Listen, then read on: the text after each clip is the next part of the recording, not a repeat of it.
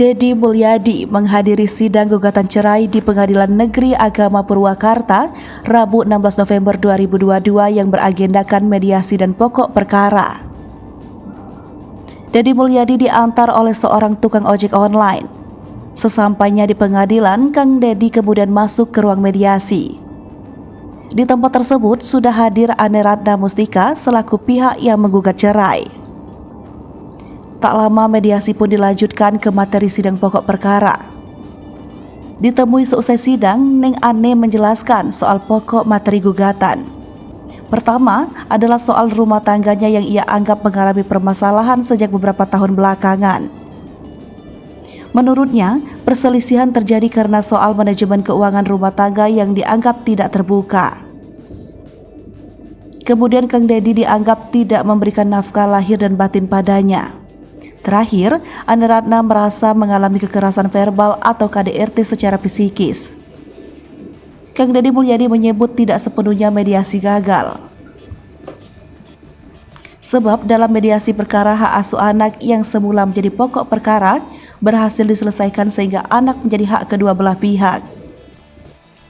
Terkait tuduhan KDRT psikis, Kang Deddy pun menjelaskan secara santai. Menurutnya, dalam undang-undang disebutkan ciri wanita atau istri yang mengalami hal tersebut. Pertama adalah murung secara terus-menerus, kedua kehilangan kepercayaan diri, dan terakhir tidak bisa mengambil keputusan. Jika dilihat dari hal tersebut, tentu saja Neng Ane yang kini menjadi Bupati Purwakarta tidak mengalami ketiga ciri tersebut. Kang Deddy juga mempertanyakan apa yang kurang dari sisi ekonomi keluarga. Menurutnya, semua sudah tercukupi, terlebih Neng Ane sebagai bupati banyak difasilitasi oleh negara, mulai dari makan, minum, mobil, pakaian, hingga ajudan. Kemudian kata Kang Deddy, ketiga anaknya hidup serba berkecukupan. Anak pertamanya sebentar lagi menyelesaikan kuliah di salah satu PTN di Bandung. Begitu juga anak keduanya yang baru masuk PTS di Bandung dibiayai oleh Kang Deddy. Sejumlah aset keluarga pun sangat mencukupi untuk anak cucu, seperti di pesawahan yang menjadi rumah keluarga dan tempat anak-anak dibesarkan. Begitu juga rumah di Wanayasa yang juga sangat layak.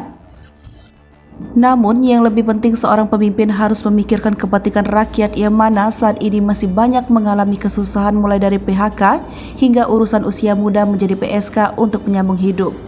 Terakhir, Kang Deddy juga berbicara tuduhan yang aneh soal syariat Islam. Terkait hal tersebut, Kang Deddy yang juga aktif di berbagai organisasi Islam seperti HMI balik mempertanyakan soal syariat Islam.